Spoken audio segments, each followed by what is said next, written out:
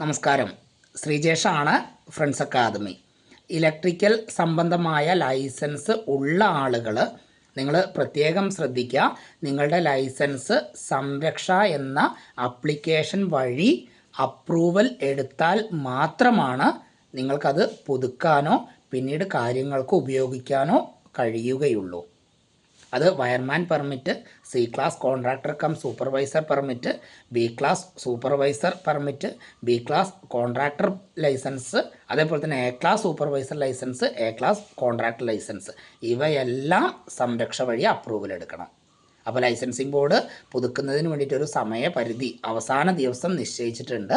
അത് 31/3/2026. നിങ്ങൾ ചെയ്തിട്ടില്ലെങ്കിൽ എത്രയും പെട്ടെന്ന് ചെയ്യുക.